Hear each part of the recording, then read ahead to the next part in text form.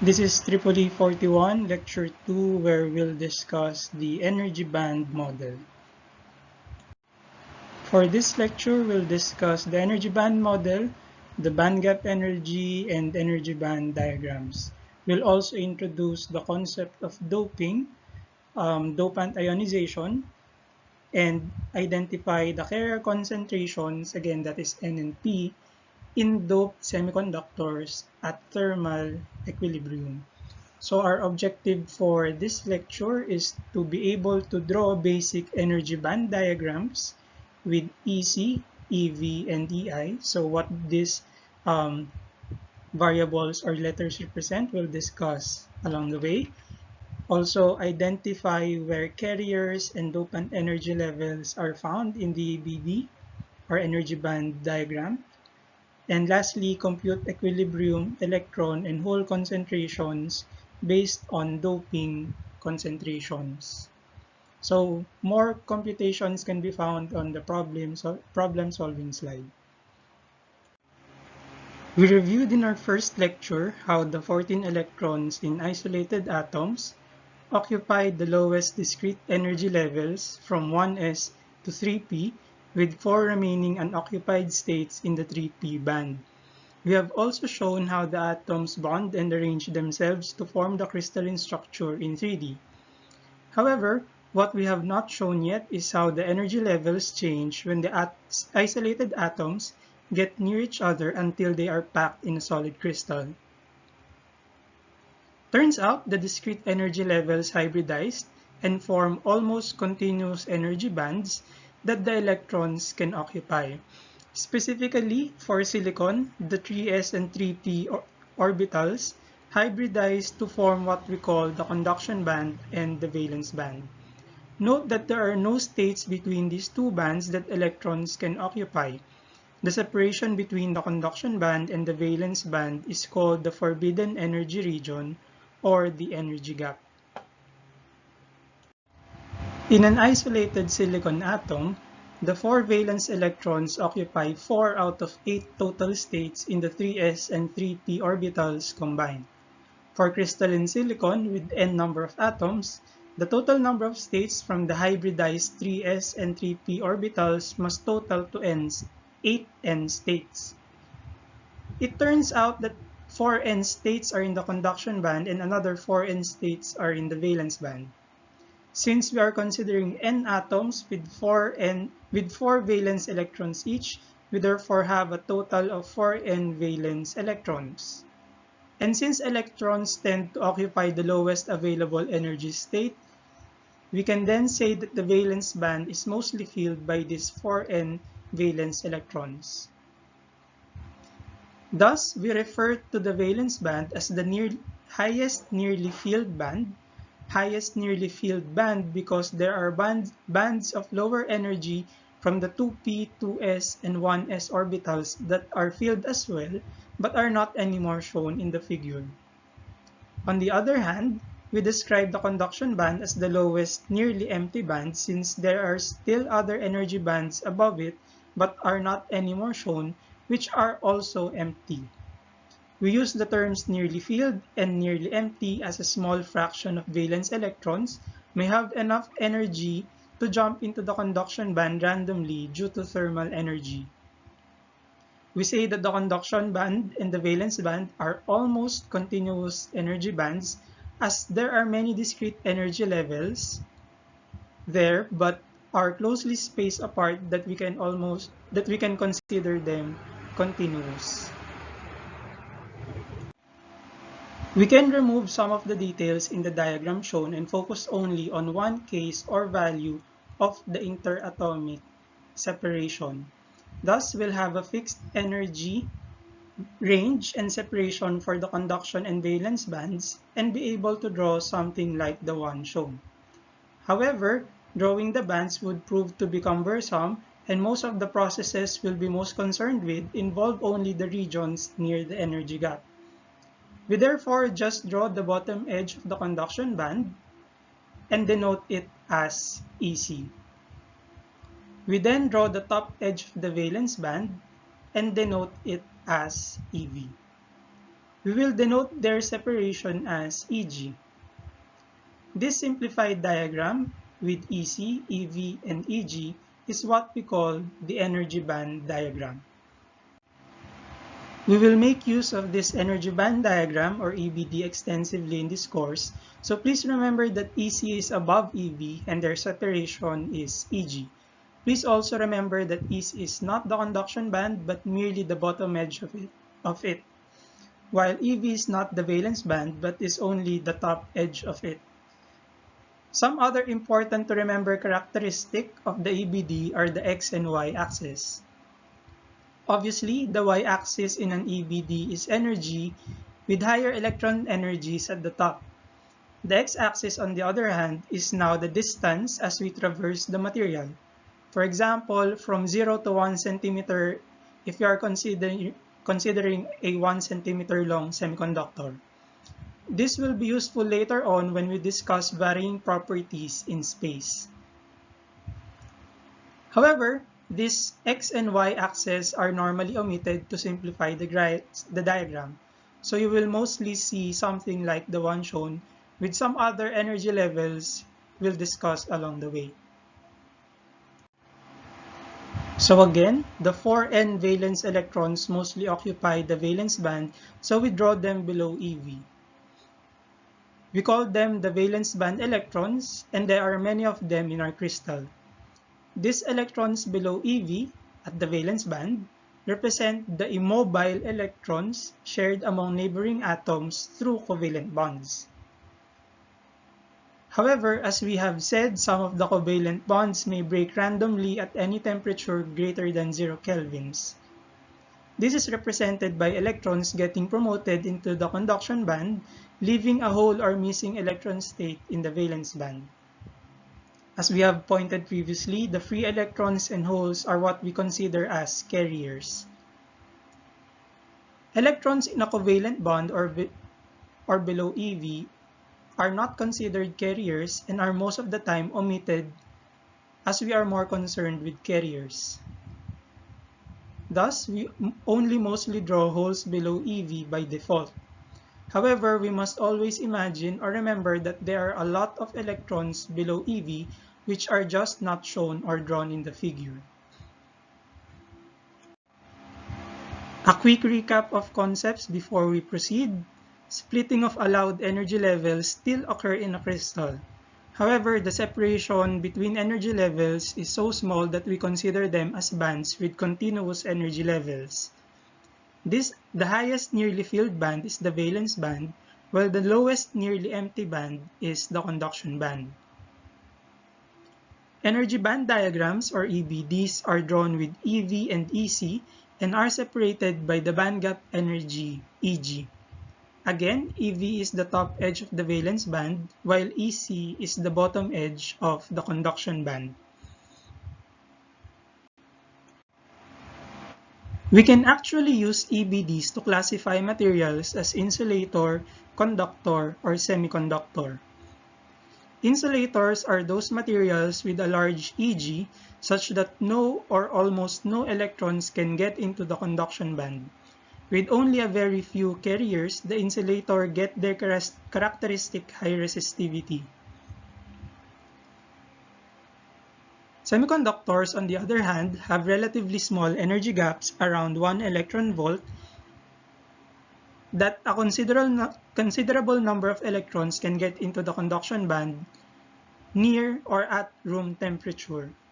Thus, the valence band is not exactly full but almost full, while the conduction band is not completely empty but is almost empty. Lastly, conductors have negligible or no band gap in cases where conduction and valence bands overlap already. In this case, the conduction band is partially filled and there are a lot of electrons or carriers ready to conduct current, resulting in the conductors having low resistivity. Here we present a simple way to measure the band gap of a material using photons with a controlled and specific energy related to the wavelength, frequency, or color of the light used. If the energy of the photon is still less than Eg, the electrons will not effectively absorb the light energy and the material will seem transparent to the light. Thus, if the light can pass through the material, then the energy of the photon is still less than the energy gap. The photon energy or light frequency can then be increased. In the example shown, we go from red to green until the energy is enough to promote electrons into the conduction band and produce electron-hole pairs. In this case, it can be observed in the experiment that the light is absorbed, which would mean that Eg is reached. Experimental measurements for the energy gap of common semiconductor materials is shown. The band gap energy values indicated are in electron volts or eV, which is a measure of energy.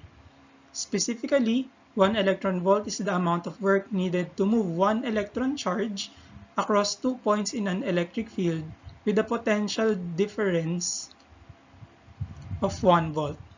Since a volt is in joules per coulomb, we can set the charge to be the electron charge and get 1 electron volt. Please remember the value of Eg for silicon, which is 1.12 electron volts, as we will use this repeatedly in this course. You may refer to this table when the problem indicates germanium or gallium arsenide instead. Again, Eg for silicon is 1.12 electron volts. The next concept we'll discuss is doping. So in a silicon crystal, we replace or substitute one silicon atom in the crystal lattice with a special impurity atom called a dopant to create a free electron or a hole in the material. In the example shown, a silicon atom is replaced with a phosphorus atom, which is a group 5 element. Phosphorus, having 5 valence electrons, is considered as an electron donor as it adds an electron in the system which cannot form a covalent bond elsewhere in the crystal, assuming that all bonds are already formed. Other donor dopant atoms are arsenic and antimony, which are also from the group 5 in the periodic table. Note that in this case, germanium cannot be considered as a dopant since it is also a group 4 element. However, silicon and germanium can be used as dopants for 3,4 or 2,6 semiconductors. Doped semiconductors are called extrinsic semiconductors, while undoped or pure semiconductors are called intrinsic semiconductors. Some more details with the use of donor dopants in a silicon semiconductor. In this slide, we use a 2D bonding diagram to easily illustrate the addition of the donor atom. When we add phosphorus as a dopant, it will have a small or weak attraction to the 15 protons in the phosphorus atom. Thus, we say that its 5th valence electron is loosely bound to the phosphorus atom. With the electrons colliding with each other and the crystal due to thermal energy, the loosely bound electron can easily break free and become a mobile electron or free electron for current conduction. However, even as the 5th valence band is able to break free, the phosphorus ion stays immobile as it is bound by the covalent bonds in position within the crystal. We say that the phosphorus atom is ionized, positively ionized to be specific, because it only has 14 out of 15 electrons while retaining its 15 protons in its core. We call this semiconductor with extra electrons due to doping as N-type, and we will use Nd to denote the donor concentration or the number of donor dopants per unit volume, in number per cubic centimeter or simply per cm cube. We can also use a dopant atom that belongs to group 3 to create the opposite effect. In this example, we add an indium atom from the group 3 to act as what we call an acceptor or an acceptor dopant. Initially, as seen in the figure, the missing covalent bond appears on the yellow acceptor atom. However, a nearby electron can occupy the missing bond and the hole will appear near a silicon atom instead. And so we say that the indium atom effectively accepted an electron from a neighboring silicon atom. The hole can then start being passed from one silicon atom to another within the crystal, which results in a missing bonding electron or hole roaming around the crystal, which can be used to carry current as a positive charge. However, the acceptor indium atom remains immobile and is now ionized. The acceptor atom is negatively ionized as it accepted an extra electron more than its number of protons. We call this semiconductor with a deficit of electrons or extra holes due to doping as p-type. And we will use Na to denote the acceptor concentration or the number of acceptor dopants per unit volume in per cm cube. Aside from the negatively charged free electrons and positively charged holes in our system, we now also must consider the immobile charges from ionized dopants. However, since these dopants are net neutral to begin with, having the same number of electrons and protons, then a doped semiconductor must also remain net neutral. We can write this idea in the equation form called the charge neutrality equation or condition. The formulation shown tells us that the number of positive charges in the system, represented by the positively ionized donor dopants and holes, must be equal to the negative charges in the system, represented by the negatively ionized acceptor dopants and free electrons. Recall that we used Nd and Na to represent the concentration of dopants in the system. However, some of these dopants may not yet be ionized. So to be more general, we use the variables Nd plus and Na minus to denote the ionized donor and acceptor dopant concentrations respectively. Again, to be clear, ionized donors contribute an extra electron but leave a net positive dopant atom, while ionized acceptor atoms add an extra hole but leave a net negative dopant atom. Note that the variables we have introduced so far cannot be negative. For example, we cannot have a negative number of dopant atoms and so on. So how does the dopant action happen in the energy band diagram? We start with donor dopants. The diagram on the left is for 0 kelvins. With zero thermal energy, electrons will definitely occupy the lowest energy levels possible, and thus we can say that the valence band is full, although we do not draw the valence electrons, and that there are no electrons in the conduction band. Donors add extra energy levels in the forbidden region near EC. We denote these energy levels as ED, where ED is for donors and is called the dopant energy level. Note that ED is drawn as dashed lines since there are only a few donor dopants in the crystal. Again, since we are considering 0 kelvins, then extra electrons introduced by the dopants will all lie in these new energy levels ED. In other words, all these energy levels will be fully occupied at 0 kelvins. We call the difference between EC and ED as EB, or the binding energy or ionization energy of the donor dopant atom. What then happens when we increase the temperature?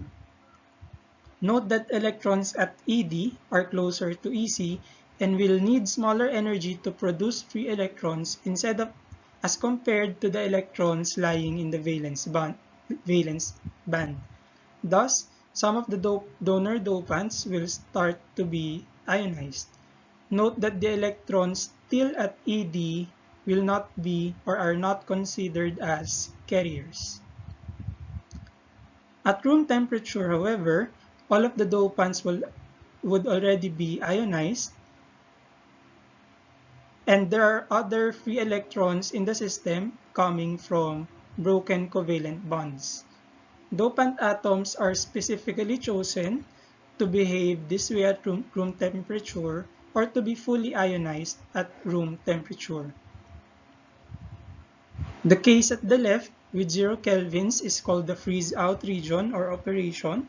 The case in the middle is called partial ionization, while the case at the right is called total ionization.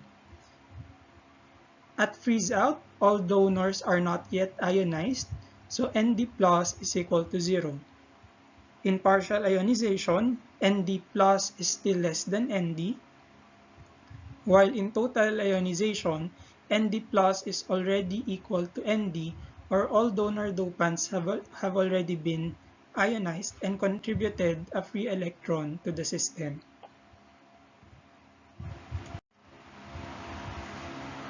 Acceptor dopants, on the other hand, introduce energy levels EA slightly above EV. These energy levels are called the acceptor energy levels and are empty at 0 kelvins. EB, or the binding or ionization energy in this case, is the difference between EA and EV. What then happens as we slowly increase the temperature? Note first that although not normally shown, there are a lot of valence electrons sitting at the valence band.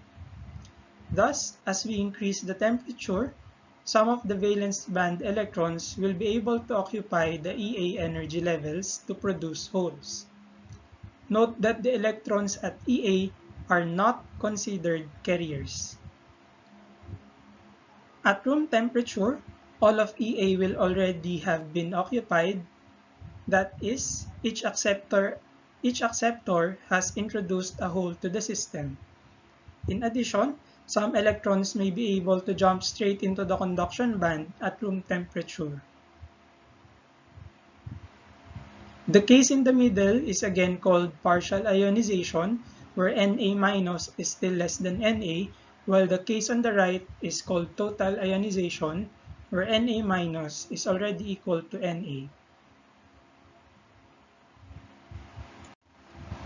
Here we list some of the binding or ionization energies for common dopant atoms for silicon. Note that Eb is positive for both donor and acceptor dopants. Note also that the given values are in milli-electron volts. These values are much smaller than the bandgap energy of 1.12 electron volts for silicon. In the problems that we'll solve, we can assume that total ionization is achieved at room temperature unless otherwise stated in the problem. If asked which of the donor dopants listed when used in a silicon semiconductor will achieve total ionization at the lowest temperature, the answer must be antimony, as it has the lowest ionization energy. We now introduce some formulas we can use for computing carrier concentrations in a doped semiconductor. First, we have the charge neutrality condition, where if we assume total ionization, just like in room temperature, then we'll just replace Nd plus with Nd and Na minus with Na. We also have what we call the law of mass action, where Np is equal to Ni squared, which works for all semiconductor at thermal equilibrium, even for dope or pure semiconductors. We can isolate N or P in either equation and substitute to the other. Doing so will lead to two quadratic equations whose valid solutions are shown. In these equations, we can solve for the free electron and hole concentrations from the doping and intrinsic carrier concentrations. This equation also tells us that the carrier concentrations depend on the net doping concentration, either Na minus Nd or Na or Nd minus Na. The equations also tell us that if there are more donors than acceptors, then the electron concentration is larger than the hole and intrinsic carrier concentration. However, note that the formula's box assumes total ionization. If total ionization cannot be assumed or is not the case, then use Nd plus and Na minus to be more general. Although most of the time, but not always, we'll consider room temperature. And thus, total ionization will be commonly assumed in our examples.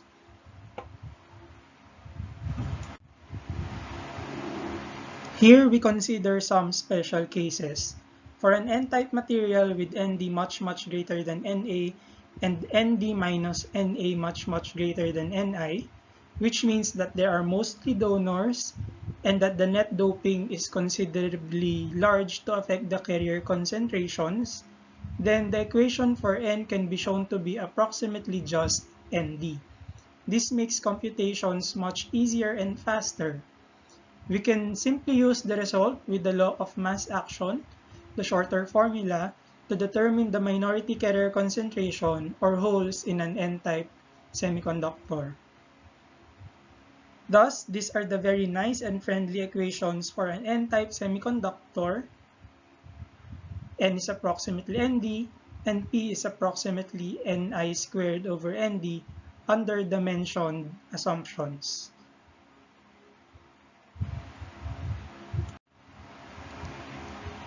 The same approach can be done for P-type semiconductors.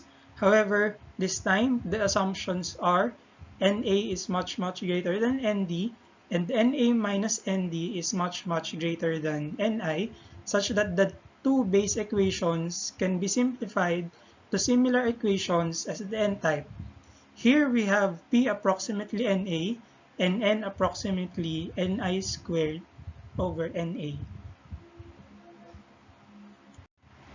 Okay, so some terms to remember.